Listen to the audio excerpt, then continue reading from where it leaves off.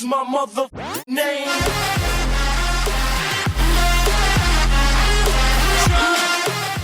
What's up guys, KW175 back with another Pokemon Duel video, and we are jumping right into the action. I'm sorry that it's been so long since my last upload, but I have a good amount of videos ready on the way, seeing things from my perspective, and Unstoppable is what it should translate. I don't know, I use Google Translate, I don't know how to speak Japanese, but I thought it looked pretty cool, and you know, you guys know how I change my name around a lot, but these are the plates.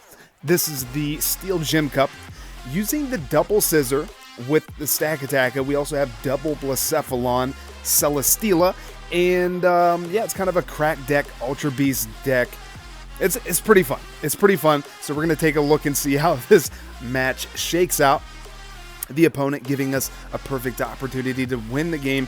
Heatran has to clutch, but Heatran is garbage with all of that miss.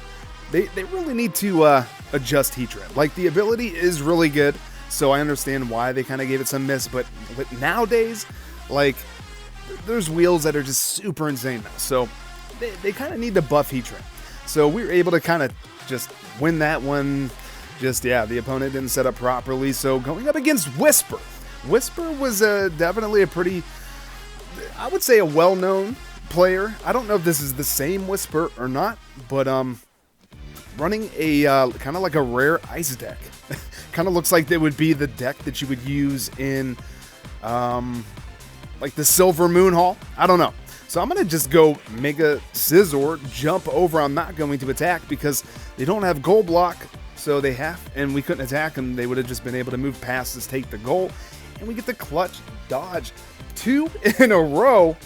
Just quick, easy wins because the opponent just didn't set up right. I don't know if they didn't anticipate the Mega Scizor.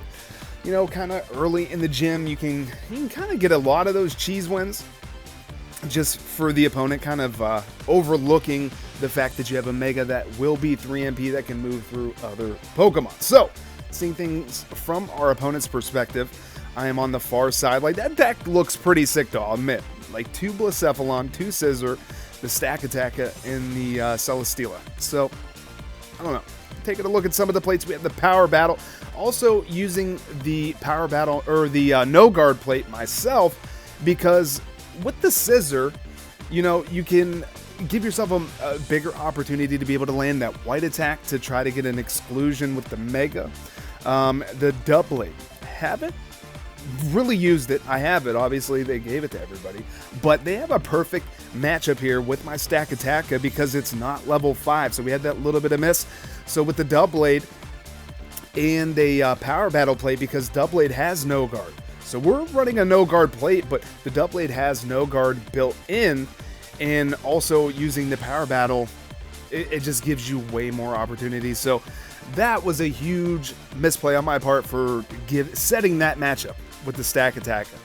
And immediately after this match, I went and made my Stack Attacker level 5. So now we're going to come out with a no guard plate, and they get the shield, and we land the gold. Like, we had to land gold, and you know, it's kind of up to RNG with the shield form with land, so we saved it. Like, we almost got punished in for bad placement, but we kind of got bailed out there. I mean, the odds weren't super low, but they weren't that good either. So now we have a match. Everything's getting set up. Max Survive on my Stack Attacker. I'm gonna bring it, you know, just on the back line. Stack Attack is kind of there for the goalie, and they're gonna bring out that Aegislash, which I only went up, I think, against one other person.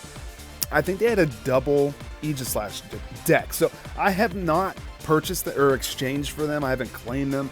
I still have like 6 vouchers left, so I don't know if I'm gonna get them or not, but I see some people just praising them quite a bit. Somebody in our N guild has been using 2 of them, all level 10, chain level 10, and they've had some incredible showcasings with them, so I don't know.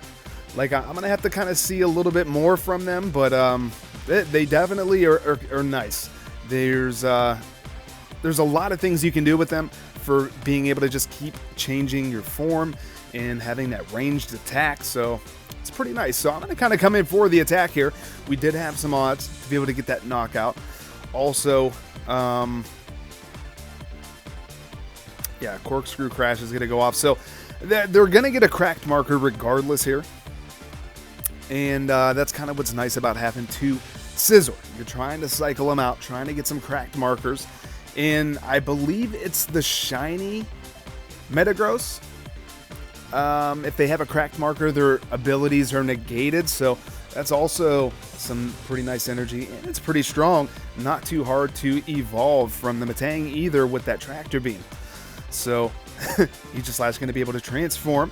Threaten game, I'm going to cover up with the Stack Attacker. Now, they can just attack from range now. They could have moved over and attacked my Stack Attacker, but they chose to go after the Blacephalon, and they're going to transform again.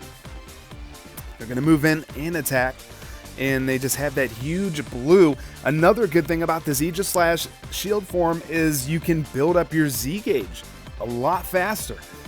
Being able to attack and feel like there's really no punish, like there is a little bit, but you also have some pretty good odds, especially if it's level 10, all into the blue. You can just continue to attack and get that bonus in your Z juice, and potentially have more Z moves available throughout the duel, which I'm just kind of sick of the Z moves. Like, I really wish they would nerf the fill rate. I've been saying this forever. You guys are probably sick of hearing it. But I would like to see that, or even like a separate league to where Z moves are not available. Like, I miss playing the game without Z moves. Like, the Z moves has just, like, it's made it not as fun for me. It really has. It's made it not as fun. But we're getting closed in on quickly. You know, it's not feeling too good right about now. And Z move on that Celesteela. Corkscrew Crash into the Toxic, so Toxic will go off and poison my Celesteela. And then we have the Steel Energy going off for the opponent here. And yeah, I choose to use the Rocket Rod to take that surround, free up the entry point, and I also have the Call Signal. And so here it was risky because they did have their Z move available, so I'm kind of hoping to hit purple. I guess I should have attacked to try to get the Call Signal first, but you know, I was kind of just baiting them out, trying to see what they were going to do, see if they were going to Z-move, if they wanted to use it, if they were going to cover the goal, or I could go for a surround with the Call Signal, but I should have attacked it. I think I should have been a little bit more offensive there, and of course, they, you know, why wouldn't they go for the Z-move?